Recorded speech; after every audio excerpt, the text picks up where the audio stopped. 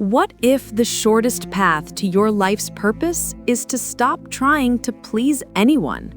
Not your boss, not your parents, not the crowd you imagine is watching. Imagine choosing work because it is right for you, because it serves honestly, rather than because it looks impressive. How different would your days feel if your compass was conscience, not applause? Picture a crossroads painted like a Renaissance scene, a marble courtyard, evening light pouring through high arches. A traveler in a deep blue cloak stands between two stairways. On one side, a gilded door, a title that gleams, and a quiet cost to your values. On the other, a steadier path, where your strengths truly help people, even if it draws fewer eyes. Friends tug your sleeve. Take the shining door. Your inner guide whispers, "This is not mine." Which voice wins?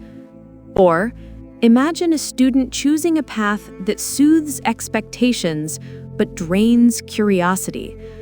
A parent agreeing to every request until resentment seeps into the home. A creator chasing fashions to stay seen while their real gift gathers dust. Pleasing costs more than hours. It costs energy, integrity, and peace. When we live on borrowed goals, burnout isn't a maybe, it is penciled into the calendar. Here is today's promise. You can find your right work calmly, courageously, and without burning out by choosing purpose over people-pleasing. The wisdom we study gives clear guidance in plain English. Do the work that truly belongs to you in this season. Act as service and release the grip of needing everyone to like it. In the next minutes, you'll learn the core teaching and receive simple tools you can use this week. Take one steady breath. Let us begin. The heart of the teaching meets our modern crossroads with ancient clarity. A capable person stands frozen by fear of opinion and consequence. A wise voice says, "Act according to what is right for you to do, not for the sake of image or fear." In simple terms, it is better to live your own role honestly, even if imperfectly, than to wear a role that is not yours with polish. Let's define right work clearly. Right work is the set of responsibilities and contributions that arise from your own nature and conscience. It is what genuinely belongs to you now, where your values, strengths, and real obligations meet the needs around you. It is not a perfect job title. It is an honest way of showing up. Borrowed goals are aims we chase to impress, to avoid discomfort, or because everyone else is doing them, even when they are not ours. When you choose your right work, two shifts happen. First, energy returns.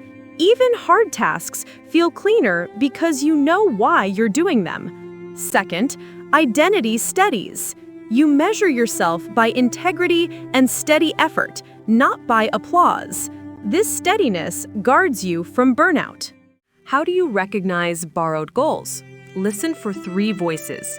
Fear, if I say no, they'll be disappointed. Image, this will look grand on my name. Comparison, everyone at my stage is doing this. And how do you recognize right work? Notice three signals. Conscience, this is true and kind. Strengths, this draws on what I can bring consistently. Real need, people are tangibly helped if I do this. The teaching also reframes motive. Act as service. Shift from, how do I appear, to, how can I help?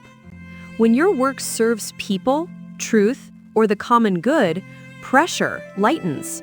You still care about outcomes, but your peace no longer depends on impressing anyone. This frees courage. Doing what is right often feels uncomfortable. Offering honest feedback, setting a fair boundary, or leaving a misfit role. Courage is not the absence of discomfort, it is choosing alignment anyway. Next, release attachment to the fruits of your labor. Give your full effort.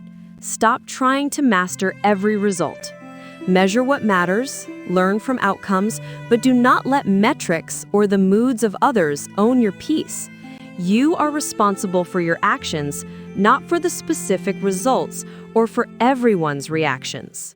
Hold this picture, the lighthouse and the tide, painted in deep blues and golds. Your right work is the lighthouse, steady, purposeful, shining where you are placed. Outcomes and opinions are the tides. They rise and fall, rush and retreat. The beam does not argue with waves. It keeps shining. Another picture, the gardener's choice in a cloistered courtyard. Vines climb stone walls. A gardener in a simple robe stands with a clay jar of water. You cannot water every seed. Choose the plot you can tend daily. Protect it from weeds, distractions, and borrowed goals. Over time, good fruit comes from focused care. What about your inner weather? The Gita describes 3 states that appear in daily life. Clarity, the mind feels clean and focused. Restlessness, the mind buzzes with urgency and craving. Heaviness, the mind feels foggy or stuck. We can nudge ourselves toward clarity through small choices: enough sleep, honest work in focused blocks, purposeful breaks, good inputs, and the quiet pride of keeping a promise to ourselves. Clarity helps you hear conscience under the noise of approval seeking. Let's gently correct 3 common misunderstandings. First, duty means rigid social roles. Not so. Right work is not a fixed label. It is conscience-led responsibility that evolves with your season of life. A student's right work differs from a caregiver's, from a leader's, and it changes as circumstances change. Second, right work equals a dream job. Not necessarily. Right work is less about perfect conditions and more about integrity in the conditions you have. You can live your right work in almost any role when you align motives, set fair boundaries, and serve honestly. Third, saying no is selfish. Saying no to what is not yours protects your ability to do what is yours well. That is care for others too. Expect friction when you change long-held patterns. Some will be surprised. A few may be upset. Remember the lighthouse and the tide. Your task is to keep the beam aligned with truth and service, not to chase every wave. To root this in a story, imagine a council chamber by candlelight, polished wood, tapestries, faces half lit in chiaroscuro. A capable manager is offered a prestigious title that doubles her pay but demands tactics that cut against her values. She retreats to a quiet cloister, reviews what truly belongs to her this season: her health, mentoring her team, building honest partnerships. She applies 4 simple questions to the offer. Is it right? Not as framed. Is it mine? Her strengths are coaching and long-term trust, not short-term pressure. Can she do it well now? Not without burning her musts. What will it cost what already matters? Her team's growth and her evenings with family. She returns with steady voice. I'm honored. As framed, this does not align with my focus. If we can define success around sustainable growth and mentorship, I am interested. If not, I will continue to serve well in my current lane. She offers a solution, not a rebellion. Energy returns, identity studies. Peace sleeps beside her like a loyal friend. Now, let's turn insight into action. Choose 2 practices to start this week. Add more as they stick. First, the borrowed ambition audit. List your current big goals and projects. Tag each with the main voice it serves: fear, approval, curiosity, or service. Circle the ones led by fear or approval and rewrite each as a service statement. Serve who by doing what with which value. Then pick one rewrite and take a first step within 24 hours. If you feel guilt about letting go of impressive goals, keep one small goodwill action to honor relationships while releasing the performance.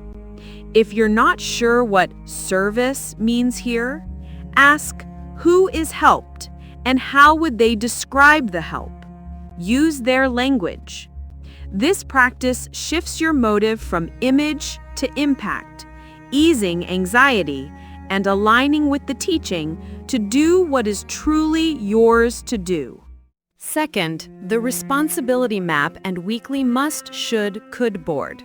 First, draw 4 circles: self-care, close relationships, work, and community. List 1 to 3 duties that clearly belong to you now, your musts.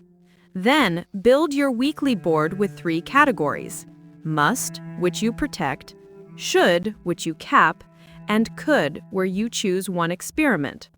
Schedule your must items first, cap your should items, and select only one could for the week. If everything feels like a must, limit each circle to 3 musts. Ask, what breaks if I don't do this?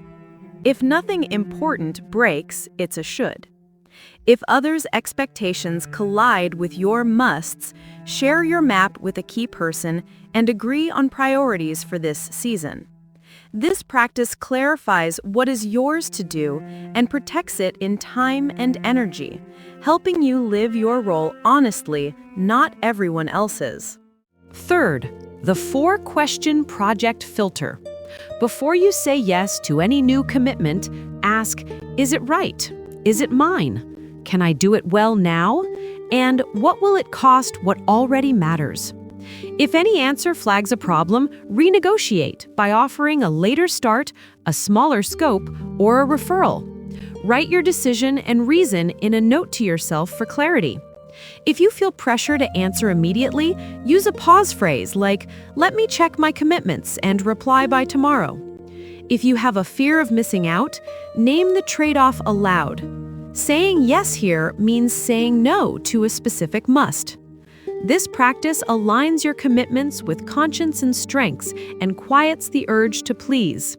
Fourth, boundary scripts. Prepare 2 no lines, such as, thank you for thinking of me. This doesn't align with my focus this season, so I'll pass. Or, I appreciate the invitation. I can't take this on without shortchanging core commitments. Also prepare 2 yes, but lines, such as, yes, I can help for 30 minutes this week, not 3 hours. What is the most valuable piece? Or, I can deliver by next Friday if we narrow the scope to X and drop Y. Practice them out loud once and keep them on your phone. If you worry about being seen as difficult, add appreciation and a brief reason, keeping your tone calm and kind. If you get pushback, repeat your line once, then follow with a written summary to close the loop. This practice helps you protect your real duties and relationships without hostility. Fifth, the Energy Truth Log. For 7 to 14 days, after each significant task, mark C for clearer or D for drained, and write one reason. At the week's end, spot patterns. For tasks that drained you, decide whether to redesign, drop, delegate, or timebox them. For tasks that gave you clarity, schedule more of them. If you forget to log, set 3 phone reminders daily. If you're confusing simple tiredness with a task being a misfit, note your sleep, food, and breaks, and run a second trial week if needed. This practice reveals where your strengths meet real need and where borrowed goals drain you. Sixth, the offering and closure ritual. In the morning, say quietly, may my work today help those it touches. Picture one person who benefits and start with them. In the evening, write 3 lines: 1 right action done, 1 learning, and 1 release.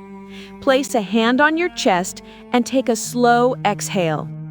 If it feels awkward, tie it to an existing habit, like your morning coffee. If you find yourself replaying mistakes at night, write, "I did my part today," 3 times, then breathe out longer than you breathe in. This ritual anchors your motive in service and helps you let go of results. 7th, the courage practice, or difficult duty protocol. Use this before and after hard but right actions. First, prepare. Clarify your intention. For example, to help, not to win. List key facts, choose a kind tone, and plan one constructive next step. Second, act. Lead with listening. State the truth clearly, ask for their view, and agree on one constructive next step. Finally, release. Note one lesson and one improvement, and let the outcome unfold without replaying it. If you feel anxiety, write your opening sentence and rehearse with a friend. If you fear the consequences, document the facts and your intent briefly. This practice builds steady courage and integrity. Let's bring this home with a brief practice under warm candlelight. Imagine a quiet study painted in rich reds and deep blues. A wooden desk, a single candle. You sit in a simple robe, shoulders soft, hands steady. Take a slow inhale and a longer exhale. In your mind, write one sentence on a parchment. This season, my right work is to serve whom by doing what with these values. Keep it simple. For example, this season, my right work is to support new team members by creating clear, compassionate training with honesty and steadiness. Or, this season, my right work is to care for my aging parent with patience and dignity while keeping my health steady. Now picture one borrowed goal you are ready to release. See it as a golden coin that is not yours. Open your palm. Let it fall onto the table and leave it there. Picture one aligned step you will take in the next 48 hours. A conversation, a boundary, a small, honest action. See yourself doing it with a calm, clear tone. Take one more breath. Inhale, purpose. Exhale, not pleasing. As you step into your week, choose 2 tools to practice. Perhaps the borrowed ambition audit tonight and the offering and closure ritual tomorrow. Or the 4-question filter before your next yes, and a boundary script ready on a small card.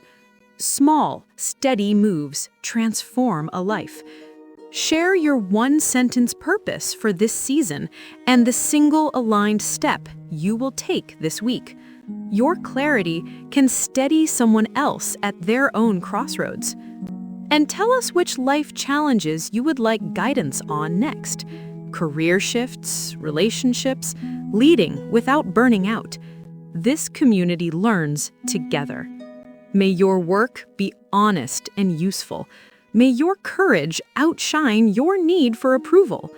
May your lighthouse stay steady as the tides rise and fall. When you act from purpose, you do not become harder, you become clearer. And from that clarity, good fruit has room to grow.